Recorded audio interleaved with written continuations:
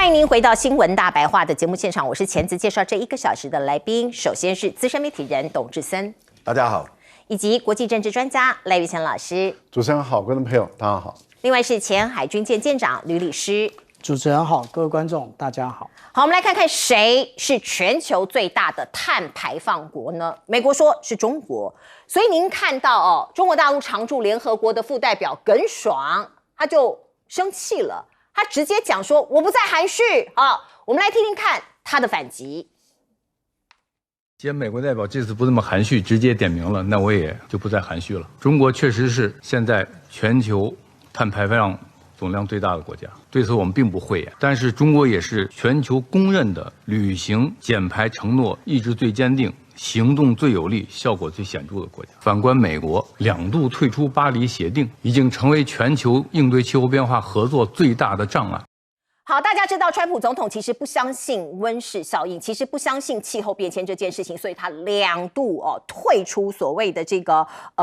巴黎的这个协议哦。所以大家看这个努力到底是谁不想继续往前呢？而另外我们再来看看呢，川普跟习近平见完面之后，的的确确中国开始进美国的大豆。可是状况在这里，大家看一下啊，中国取消对美大豆10%的加征关税之后，这个税还是高啊。如果你是一般的商人，你会买哪一家的东西呢？因为美国大豆对中国来说还有13%的关税。好，那对于像是巴西它的大豆来说，美国的这个大豆就变得比较贵了，它竞争力就比较低了哦。所以中国对美国大豆贸易是否因为关税调降而恢复？现在还有疑虑啊，所以也就是说有很多的协议最后会不会达成大家想要的目的，这件事情都还不一定。另外，我们再来看看中国大陆的副总理丁薛祥，他跑去巴西跟鲁拉见面了。我们刚刚讲大豆嘛，因为巴西他也在争取中国的这一个大订单所以2个人的见面其实有机关巧妙在我们看到2个人握握手，并且这个丁薛祥讲，中方愿意和巴西共同反对单边主义、保护主义还有霸权主义，推动合作持续升级所以这话中有话。而另外我们看到所谓的这个美中在这个川习会后达成2项重大的决定，包括稀土的卡脖子这件事情，看起来中国大陆好像说我延长我现在先不卡，可是事实是什么呢？中国大陆的锂电池晶片制药成为对美国的谈判筹码。华尔街日报的评论说，不止稀土可以卡脖子，其他的方方面面都有，像是电池这里好了，全球79%的电池正极材料，还有92%的电池负极材料这个都是中国大陆在掌控的。另外还有精炼锂这个是电池的重要来源，精炼钴，这些都是中国大陆掌握了8-9成所以你对这个美国来说，它要突破的地方所谓要突破卡脖子的，不只是稀土一项。我们先来看看包括在活性药它的成分还有化学品供应上，中国大陆也是主导地位这是抗生素原料的重要生产国全球很多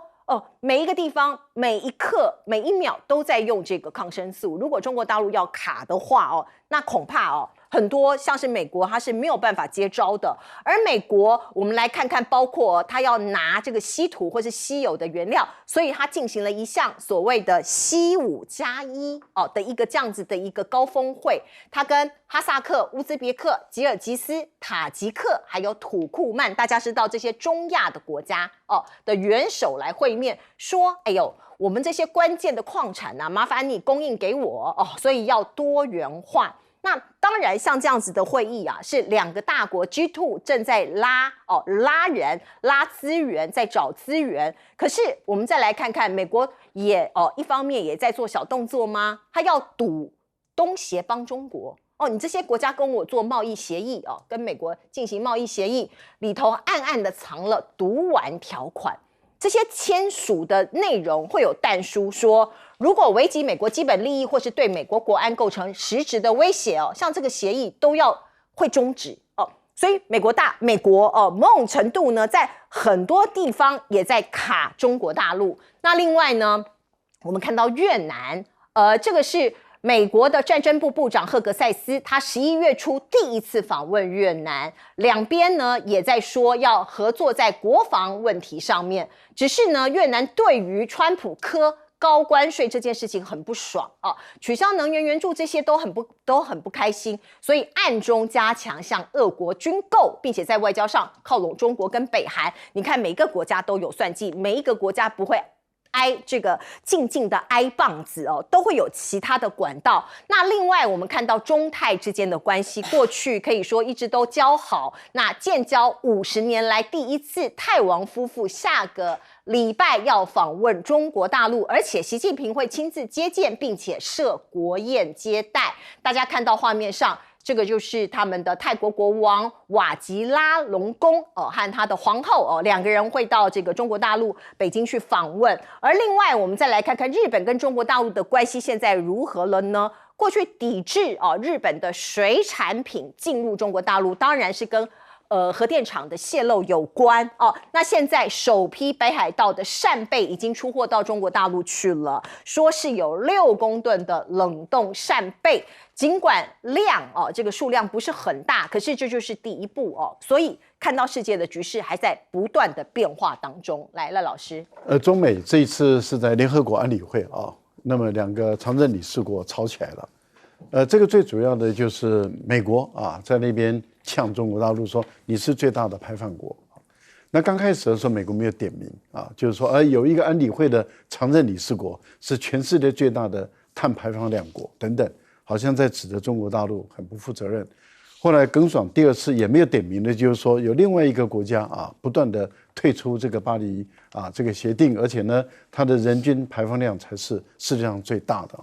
后来美国就直接点名了，中国也就直接点名了，就是说就是你美国嘛，还有什么好讲的？但是我们都知道，在国际之间，他们在计算这个碳排放量的时候，国际间有个标准，是以人均碳排放量为主，不是总排放量。为什么？因为有一些国家很小你的国家小，人口少，你排放量多得不得了的时候，坦白说也是一点点嘛。例如说像新加坡，当然我没有说新加坡碳排放量很高，而是说像新加坡国家小，人口少，那它的碳排放量，每个人假设知道一堆污染、一堆碳排放，但是在国际间还是一点点嘛。这因为国家小，人口少。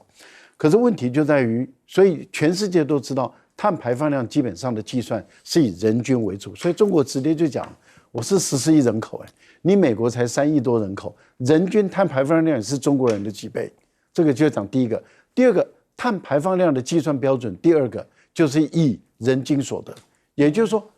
高人均所得的，也就是工业化、高工业化的国家，那它的本身要负担的多。例如说像非洲有很多它的这些国家，它的是发展中的国家，低人均所得的国家，像印度也是嘛。那印度的碳排放量也高可是它也是14亿人口那发展中的国家人均所得低，所以也不会认为说印度要在这部分里面承担更多的责任。所以通常承担更多责任的，应该就是以人均所得人均碳排放量高，还有人均所得高的要承担更多的责任嘛。这就是一个大家都知道的公认的道理。但是美国的代表在联合国的时候不讲道理，坦白说就是耍无赖了。一旦耍无赖，那当然中国大陆就借这个机会就告诉全世界，耍无赖的是哪一个国家，就是你美国。那很难看。所以你们看美国的代表美国的驻联合国的大使，那个脸臭到不行，因为他被全世界都知道你就在硬耍无赖。然后你的川普不承认这个气候有暖化，而且呢还2次退出巴黎这个巴黎这个协定，对不对？那到今天你还不承认气候暖化，可是所有的科学家都告诉你说，今年地球的温度是我们有记录以来第3高那就是代表地球的暖化很严重了，而且很多地方开始在融冰，很多地方很多的国家很有可能会在地球上消失，因为它会被海平面淹没。所以我个人认为，美国这样的大的一个国家应该要负起责任来，而不要因为政治的关系在那边睁眼说瞎话。我觉得这点很重要。另外，有关于大豆的问题，大陆为什么要保留10%的这个大陆关税？这个也就是当时中美贸易战打起来的时候，双方所课的关税。那中国大陆当然，我可以跟你多买大豆，但问题就在于你有没有竞争力嘛？那也就是说，如果你今天不对中国大陆再降关税，大陆也不会对你把这个大豆的10%的关税降下来。一旦不降的话，你的竞争力就差嘛，因为进口商要负担10%的关税，那他就会思考巴西多少钱，然后你美国多少钱。那巴西没有关税或是很低关税，而美国要10%的关税，除非你美国的大豆比巴西便宜10%，那你才有竞争力。不然的话你没有竞争力。那在市场的机制原则里面，我怎么要买呢？我又不是赖清德，我也不是蔡英文，就是我宁可那个贴钱，我也要给你买。然后台湾的猪也没那么多，前段时间还发生非洲猪，然后我不管如何，我就给你买的烂在谷仓里面，我也乐，我才不会。因为大部分的国家都会为自己的利益来去思考，只有少部分的人啊，他是把台湾人民的血汗钱当作，糟蹋呀。对，这个真的是不应该哦。来请教这个董哥。其实大家知道这是川普跟习近平会面它里面有个很重要的就是川普回去以后很吹嘘他现在已经不称其他，他现在叫就是那个G2，他讲说G2的全世界2大就是中国大陆跟美国那其实里面最重要就刚赖老师所讲那个大豆的关税，其实本来中国大陆对美国课24%。那现在他保留10%，就是他自己还要有一些自主性。那其实美国对中国大陆可没那么57变47，对不对？大家都知道是一个这样的结果。那其实如果各位朋友你有注意到的话，中国大陆最近开的这个4中全会它的下一个5年它里面有个很重要的，他就说我们以后要自力更生自力更生。习近平的话他是怎么讲？他说我们要快水平的科技自立自强。那主要是在科技那科技当然因为被美国用那些经验来卡他的脖子嘛，所以但是你要看其他的项目，就刚大家所提到，它不是只有稀土可以对美国有影响现在全世界500种最重要的工业里面，有220种，中国大陆是世界第1名就是说它是领先那当然最主要的大家都知道电动车电池非常多的高科技，其实都是非常的领先但是当然了我们可以看到在这一波中国大陆跟美国的那个美国的态度其实是一直还很嚣张但是川普其实他自己现在后文不保大家当然最清楚的，这几天所有的新闻都围绕在纽约市长选举。那美国的共和党这6年来没有像吃一个这么大的败仗。川普2天前他把参议院的共和党的议员找去，为什么？因为最近在国会里面他的那个也不顺，他们虽然过半，可是也都不顺包括他制裁加拿大的国会都反对这就是他觉得不可思议把那些人找来要求提出一些主张，结果回去那些议员根本不理他。为什么？他们认为你3年后你就要下台了，我们议员还要继续选下去。那这个东西有点像跛鸭了。所以，但川普他有一些警觉啦，和警觉他属下的那些鹰派的人可不是这种态度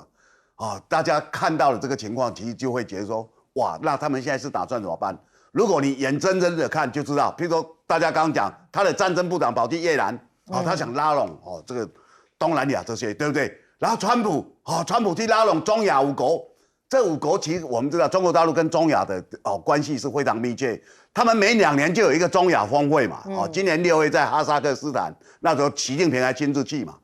那大家可以知道，因为过去在协助中亚这最有力量的就是中国大陆，帮他盖铁路或怎么样。大家知道“一带一路”那也是一个非常重要的地方。那你现在要去拉他，无非就是说，你们那边有一些比较工业的资源，我们可以来互相来怎么样？那我觉得他为时已晚了现在你眼睁睁看到了包括南美洲包括东南亚，还包括中亚这些地方，很多人过去不重视，现在都是中国大陆的囊中之物嘛。为什么？因为他已经经营这么久了，而且他对这些国家有实际的帮助。是这些国家很清楚他们的工业、农业或者矿业能够这样发达，拜交通。拜各种基础建设都是中国大陆在帮他们打造，而且人家不会去侵犯你。美国是每天谈条件，你看他对越南的关税，他现在还是20%，然后美国的东西进越南免关税。对，天底下有这种吃干抹净的人吗？所以他越来越远离。就是他过去的那些盟国。是。那大家知道，我们自己要为国家的存活的话，我们其实应该多元，而不是单边。是，只单压一边，把所有鸡蛋放在一个篮子里，其实这是很不智的。来，刚刚赖老师有谈到一个，就是有关于人均碳排放量。那人均碳排放量的话，中国大陆它的排放量并没有到世界第一位，但是我们应该再提出另外一个碳排放量的一个标准，叫做历史碳排放量，也就是你这些英美所谓的先进国家，你在18、19世纪你就已经进入了工业革命，那个时候你所使用的碳，你所炼出来的铁，那个时候最毒吧？那地球暖化就是从那时候开始的。那我们要不要把历史的账都来算一算呢？那当你进步到工业3.0，开始使用这个资料库，开始使用网络的时候，很多的后进国家现在还停留在工业1.0的机械化，然后你们要提高这个碳排放量的标准，这样公平吗？那至于稀土的部分啊，那现在大家说法众说纷纭啊。那有的说，其实中国大陆在锂电或者是成熟制成的晶片以及制药原料的这个部分呢，中国大陆也有绝对的优势。不过，通常说出来的就不是，为什么？因为中国善用《孙子兵法》。《孙子兵法·史记篇》就讲得很清楚啊，能而示之不能，用而示之不用。我跟你讲的，你开始紧张的那个绝对不会用，让你自己紧张个半死。结果我直接拿出另外一个武器来，当初大斗不是就是这样出现的吗？也就是说啊，现在美国一天到晚想方设法的为难中国大陆，但是中国大陆是早就准备好了。就像我们之前谈到的，也就是你认为中国大陆的反应速度呢？对不起，闪电一般，立刻像打乒乓球一样直接回去。例如说，我们现在讲到锂电池，大家有注意到吗？宁德电池现在提出来的是钠电池。我们以前读化学的时候，不是都在讲吗？氢锂钠钾乳色法媲美盖斯贝雷，那是什么东西？那个就是活性非常大的元素。现在锂既然不能用，那既然你准备要卡脖子的时候，宁德电池已经准备好了钠电池的这一个部分，而且它的实际上已经上生产线了。至于中亚这么多国家我们大家不要忘了那个刚刚提到董哥告诉我们的，也就是有关于中亚峰会。另外大家不要忘记还有上合组织，那这一些其实都是中国大陆跟这些中亚国家的交往。美国怎么样灌水插针？大家看一看，搞那个第三邻国的叫做蒙古的，就知道下场是什么。好，观众朋友，最近呢，美国的几个药厂研发了减肥药有人说是叫做这个瘦针，像是这样子的减肥药在世界上大行其道，不过非常非常的贵。美国总统川普宣布要这几个药厂把这个减肥药降价。我们来看看这个画面，有一名药厂的高层当场在白宫椭圆形办公室昏倒，怎么回事？来看看。 We've been advancing science and creating high-value jobs. But today, are you okay? Gordon, you okay?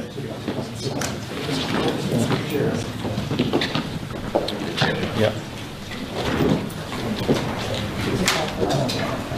Press out. Press. We're going. Thank you, press. Press. Cameras. We're done. Cameras.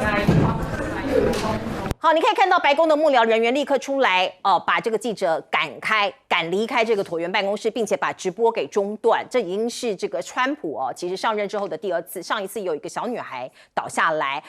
不过在这场记者会他讲了大概30分钟，这一些高管高级主管药厂的，他们站在那里已经超过30分钟了，所以时间非常的长。最后川普有出来讲说，这一名先生他的这个身体状况并没有这个大碍哦，那当然是不幸中的大幸。不过川普他可以叫药厂降价这件事情其实蛮有趣的哦，我不晓得台湾未来会不会降价。而另外呢，他想要当诺贝尔的和平奖得主这件事情，在今年是失败了。不过呢，FIFA 世界杯哦，说是感觉上好像要讨好他，他要在这个里头，他们自己世界杯创造一个叫做和平奖。那很多人预料得主就是川普。哦，这个是为了讨好川普吗？哦，现在还不知道。不过我们再来看看，包括川普是不是在搞美版的文革呢？我们先来看看这件事情。关税战打到现在，我们台湾还不知道会几趴。可是美国的法院正在审理，说川普你到底有没有可能违法？哦，官司还在打。可是万一法官判川普败诉的话，关税就不会实施了吗？看起来并不会哦。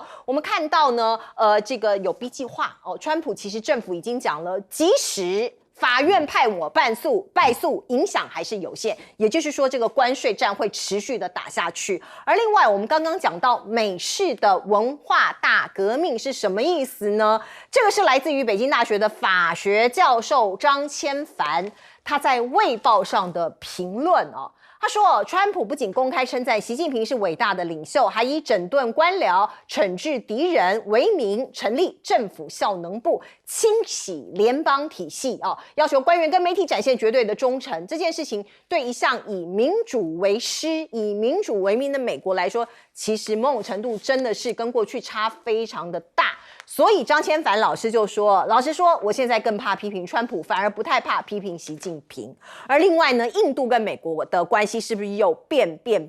又有不一样的一个状况了呢？我们看到川普今天宣布说，他未来会去拜访印度，会跟莫迪直接对话，这怎么回事？过去在关税上面的议题我们看到川普对印度征了高关税50%哈。那现在嘞？现在他跟习近平见完面之后，印度的关税已经比中国还高了哟。所以你的主要敌人到底是什么？你的战略目标又是什么呢？全球重新审视美印战略伙伴的关系。对印度来说，那当然他不能单压一边。我们刚刚讲了，所以对莫迪来说，他也跟普京跟其他的领导人握握手。很多分析人士就说，美印之间已经缺乏领导人层面的化学反应或者是隔阂，已经对两国关系造成了明显的影响。所以这一次川普去见莫迪，到底能够谈出什么呢？外界也打了一个问号。那 CSIS 也警告，美国现行的政策恐怕把印度进一步推向俄罗斯、全球南方以及中国等潜在的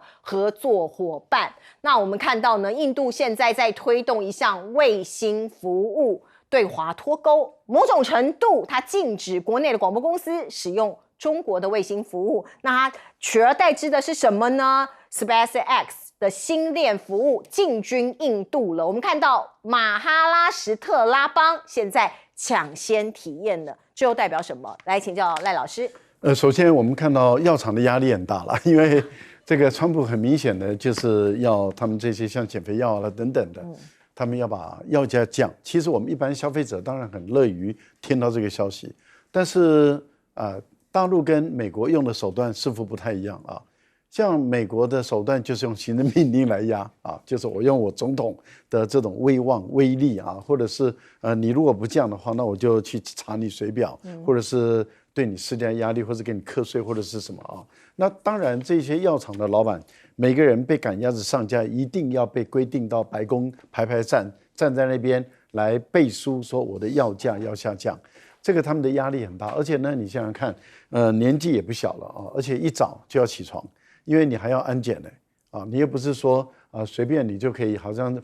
到朋友家就可以进去，你要排队，你要登记，你要安检，然后再进入这个白宫等候，然后最后再站在那里。那川普而且站着30分钟以上。对，然后你又不是说只住在白宫隔壁，你可能住得比较远。是。那你想，你还要坐飞机过来，然后再转机，其实很有可能是一早就要起床的那我觉得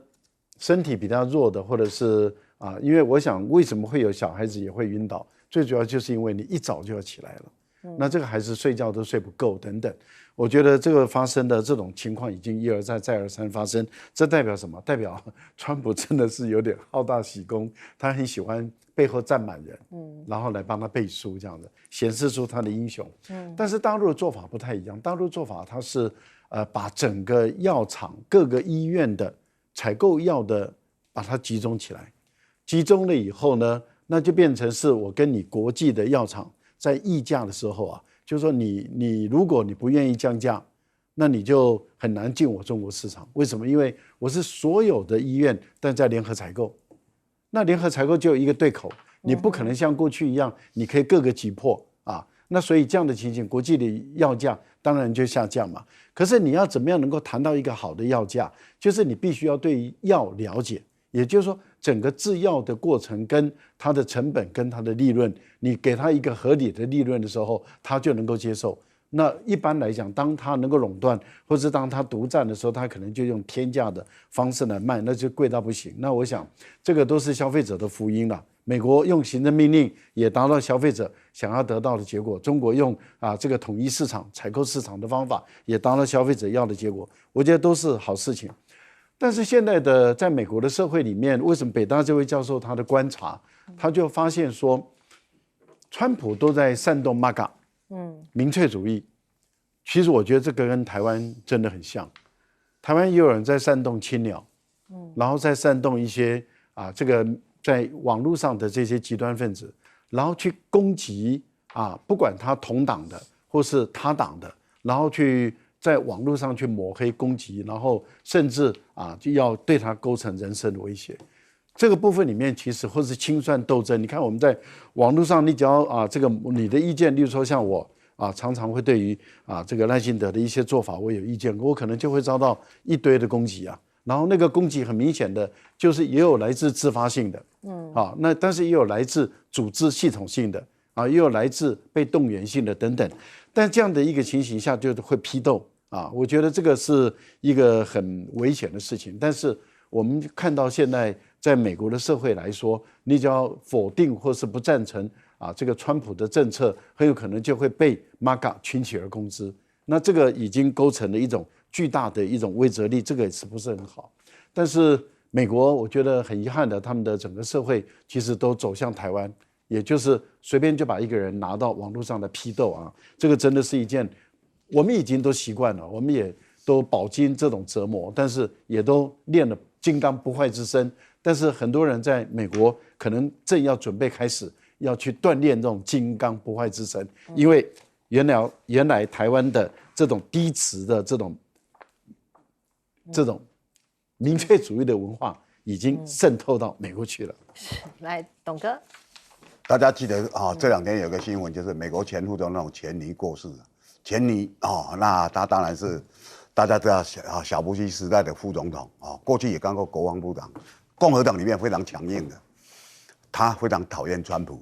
他们这一次投票是投给贺锦丽，跟他女儿国会议员因为不服川普，后来也被选民淘汰，所以共和党现在是怎么样？选民很多人挺川普草根力量嘛那现在你看到了这些议员，他认为反正你也当不了多久，而且你很多东西慢慢的会被否决嘛，所以议员他们很多人就不一定服气了。那这个时候，当然大家看这样的情况慢慢的浮现它不止在国会山庄里面发生像这一次的大法官为什么被讨论这么多？大法官有9个，有3个是小布希提名，3个是川普上一任时候提名的，照讲他过半数可是现在大法官里面有2个很明显，我就讨厌你川普你这样扣钱是不对的嘛。我们知道川普现在引用了1977年的国际经济权利法，这个对不对？他用这个权利法来扩张，说美国已经遭遇紧急的危险，所以我必须要赶快记这个关税。但是宪法明白的讲，关税是国会的权利，不是总统的权利那你扩张到这种地步，所以连他提名的3个大法官里面有2个都反对他。那这个大家看，如果这个票一投出来会怎么样？你本来有6席比3席，你现在就输了。那当然，川普最近才会讲说，跟他的内阁讲说，我们还有 B 计划，还有什么？其实这个不安让大家看到了，你做了很多事情，因为会有这个官司，是因为那些企业去告他、啊，对，不是法官或检察官去告，是企业去告他，你这样那增加我们成本嘛？对对。那大家要知道这个很关键的在哪里？他在贸易法庭已经输了，在联邦巡回法院也输了，现在打到高等法院嘛，那这样最高法院这边打了以后，最高法院这边打了以后，现在因为前2天有辩论，去辩论大家发现说，什么我们好像更不利了，所以现在的局面是这样。那我们知道一个民主国家，当然法院是最大，他做出了判决你必须要遵守。所以川普现在他碰到了一些窘境，那加上我刚刚讲的，共和党6年来的最大挫败，纽约市长被一个，对不对？被一个这不是他们大家能够那么接受的当选。那曼达尼当选以后，让大家都跌破眼镜，接下来会不会有非常多的一个跟我们政府是唱反调的一个领袖又出现了，所以这种情况对。共和党来讲，因为大家也知道，明年就是期中选举嘛，那这个是期中选举的前哨战，所以下来的话，我刚讲这些氛围，不管法院，不管民间企业，那不管国会，现在川普面临的东西其实是蛮多的，所以当他还沾沾自喜，还在想说要有个和平奖，那真是笑死人了。我觉得现在国际前总一定很后悔，我们为什么不赶快先弄？为什么给主总先弄？大家谄媚你吗？这个太好笑了。所以 FIFA 抢得先机。对啊，来请教舰长。所以我们刚刚讲到这个诺贝尔和平奖那其实呢，那个赖清德总统他应该想一想，他当初接受美国广播公司的访问的时候，他特别提到川普总统必然是诺贝尔和平奖的得主，但是最后没得。然后白宫怎么回复他？叫做川普值得多次的获奖肯定。这个就是傻你看看 FIFA 国际足总为了那个2026年，也就是明年将由美国、加拿大以及墨西哥共同主办世界杯足球赛，他搞出这种花招出来，也就是我们自己来设一个和平奖颁给川普。你看大家现在面对川普最会的就是拍马屁，而且呢，川普也很开心，他也就这样自以为是，然后自我感觉良好，他觉得他可以。不过呢，如果说我们讲的这件事情换到了这一个印度的总理莫迪，他的感觉一定不是这样那所以呢，其实我们讲到说，现在印度的关税比中国大陆还要高，那这再一次印证了季辛吉所讲到的与美国为敌是危险的，但是与美国为友是致命的。之前我们看到的不就是莫迪跟美国有多好吗？那而且这个好嘞，实际上来讲，是各个领域各个方面的。但是印度自从2021年开始，因为开始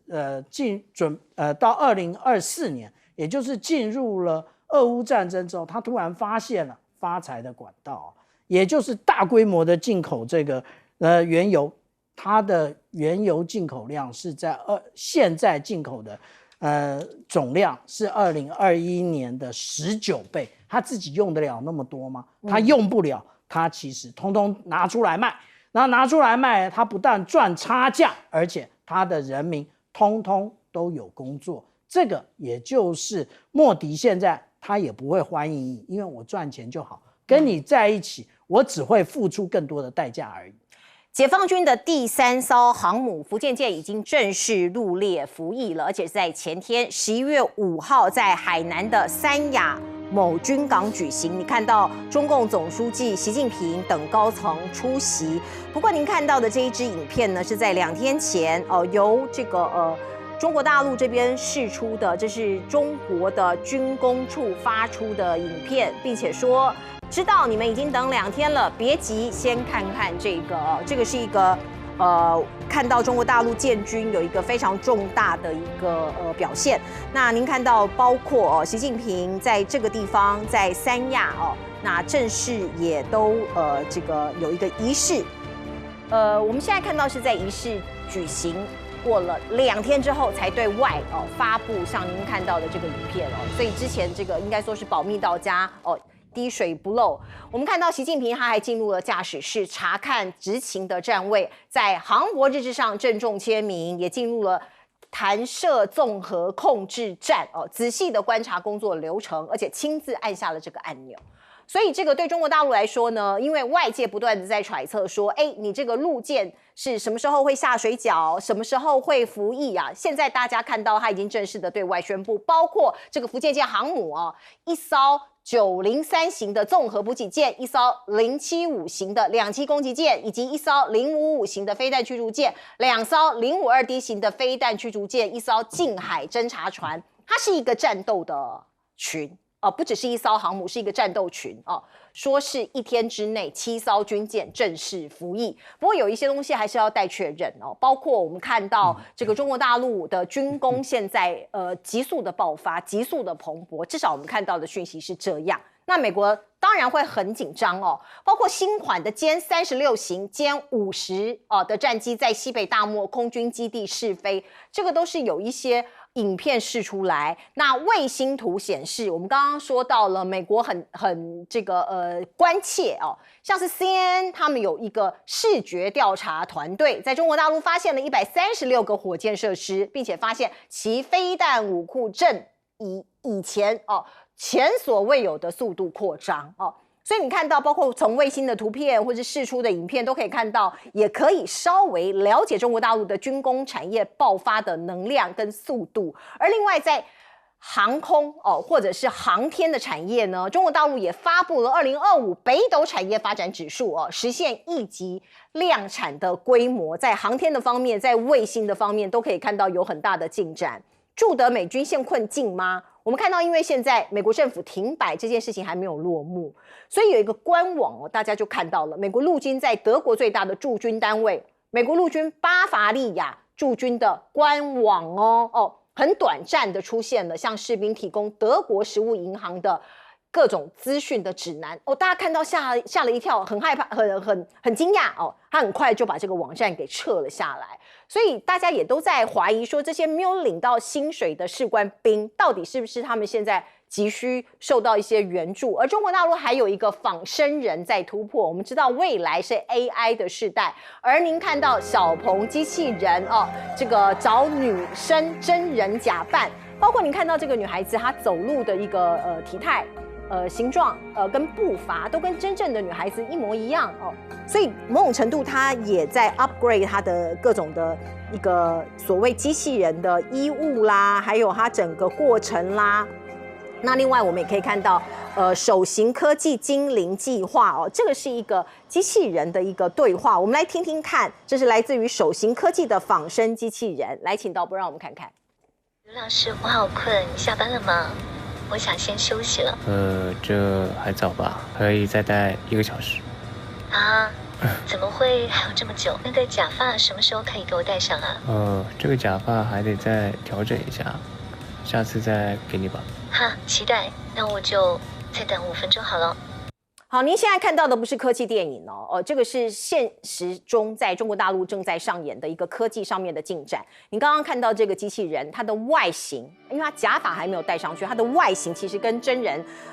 几乎一模一样。它讲话的这个口速的这个速度啦、语言啦，还有这个它的表达其实跟真人都几乎是一模一样所以大家可以看到仿生机器人在中国大陆所谓精灵旋现在也即将上线了，他们的产品主打高自由度的仿生驱动，还有自监督的 AI 演算法。据说像您看到画面上这一名机器人，他也会参加好莱坞的一个影片的参与所以让我们真的是大开眼界。老师，大陆的这个仿生机器人进步的速度很快我们已经看到他们的机器人就是我们讲的人形的机器人，各种类型的都已经发展得很快了过去踢个足球，然后后来马拉松的跑步，然后现在仿生的越来越精准而且越来越惟妙惟肖。还有就是他们把 AI 也都融到里面去，这个真的是，其实我们还是有点担心就是说人类会不会慢慢的更依赖一个经过自己不断的训练啊，也就是透过 AI 不断的训练更合自己的脾胃、个性、性格的这种仿生机器人，作为生活伴侣。是刚刚跟那个对话，跟那个工程师对话，那个机器人已经是完完全全跟真人一模一样。是的，因为它已经是完全是 AI，而且是可以训练的。也就是说，一般来讲，我们都知道 AI 是要经过训练。你训练的越好的话，它越了解你，越能掌握你，它越能够投其所好，满足你啊。那我们人很多的时候，如果我们是真正的人类的话，我们有情绪啊，例如说可能我们今天在公司或者是在哪里不愉快，或者是刚刚跌了一跤，撞了一下，头很痛，或者是脚很痛不舒服，可能刚刚好，那么一个小朋友过来缠着你，然后你情绪还没有恢复，那你可能对有点情绪就出来了，等等，然后会让小孩子觉得莫名其妙，觉得妈妈怎么或是爸爸怎么这样子啊？那就是会有一些人跟人之间都会有这样的一些矛盾。可是这种惟妙惟肖的仿生机器人，它没有这种情绪，它的 EQ 可以好到不行。那它经过你的训练以后，它对你越来越了解，越来越掌握，因为不断的跟你对话了解中，它知道你的逻辑结构，知道你的价值观，知道你的什么，然后在它的大的资料库中，它去寻找跟你的对话。那你想想看，慢慢的会不会形成人类更依赖机器人作为生活伴侣？我觉得很可怕。例如说，一起看电影，一起看电视，然后品头论足，或者是一起喝咖啡的时候，然后再经过路人甲乙丙对他的衣着、穿着服饰搭配品头论足的时候，他能够完全投你所好，然后跟你有个共鸣。你觉得你找到知己，找到知音，你就非常的愉快的跟他说话，然后总比就是说两个人一言不合就说我这样认为，他这样不这样认为，或者是就是我们看到有些好朋友或者情侣都会对于某一个小事情都有争议，那他可能不会有太多的争议。所以未来我们可能找伴侣可以找机器人，是这个意思吗？我担心的就是这样子，这样不健康嘛。对，其实未来一直来哦，它已经在发生了，而且会越来越成熟，那怎么办？现在进行式，未来一直来，我们的科技不断的进步，可能人类还是要找到我们应该发展的一个方向。我们先进一下广告。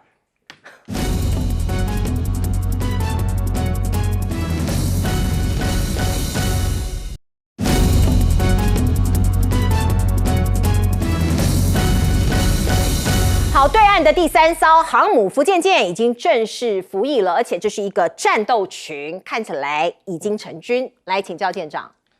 如果按照我们台湾国防部的说法，人均训练才有战力啊。那但是呢，他们忘了一件事情，也就是当初我们在看到山东号它成军的时候，它是马上就拉出去执行任务，它不是训练。为什么呢？因为它船上的这一些，无论是甲板工作人员，或者是舰载机的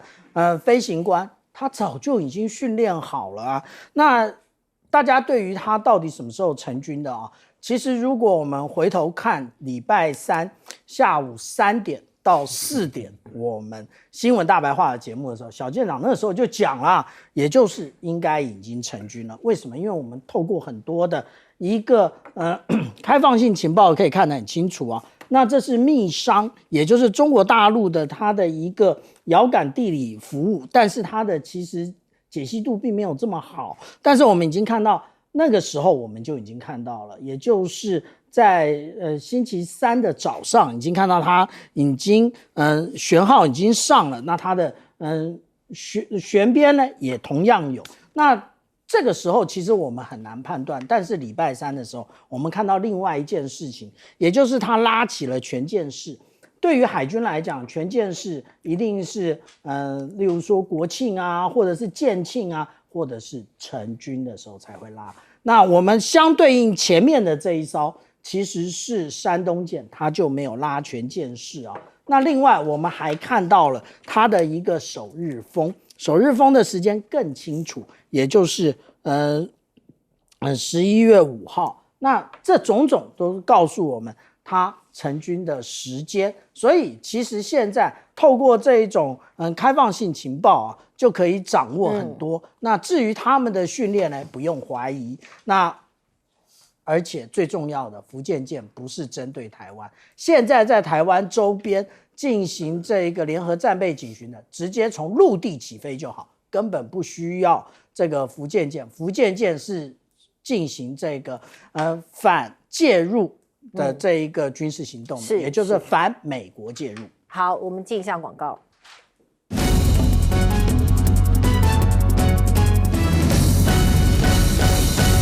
好，最后时间我们交给董哥。中国大陆是一个民族主义非常强的国家，那你要知道，它每一艘舰都有它特别的意义。比如说辽宁舰，当然当年东北我们被欺负成这样，所以它一艘舰出来就代表里面有非常多的国仇家恨。那山东舰，当然过去大家知道甲午战争嘛，那边大败，等于都北洋舰队大家都被打光了，就说那也是一个奇耻大辱。那我们这边福建舰为什么？这是马江之役，为了纪念，所以那时候被法国人孤拔，法国的那个舰队司令一打来，他们法国一艘船都没有损失，整个福州的那个船都被他打得稀巴烂了。那孤拔也很厉害，也跑来台湾打到基隆了。后来他死在台湾，死在澎湖，澎湖有个孤拔的墓，就